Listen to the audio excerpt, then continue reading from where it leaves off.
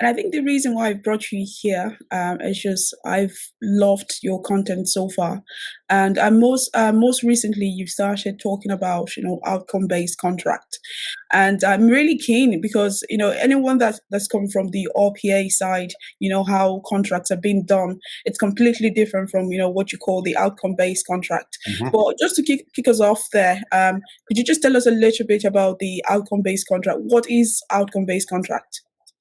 Yes. So this is very simple, actually. The idea here is to be able to commit on result with the client. So instead of selling a piece of technology, instead of selling implementation, instead of basically selling a project, we are focusing on selling results. And conceptually, this is something that is happening already in many industries, and this is something that we did not do in that industry, I would say, up till now. The reason was this was a brand new industry innovation phase, as I call it.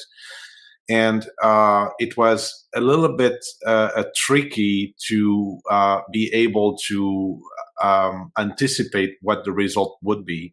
I think we are now in that industry for almost 10 years.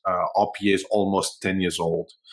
And we are starting to know, we are starting to have experience. We are starting to really have what I call use cases or success cases. And we really understand what to expect. And I think it's about time that we are able to commit on those results.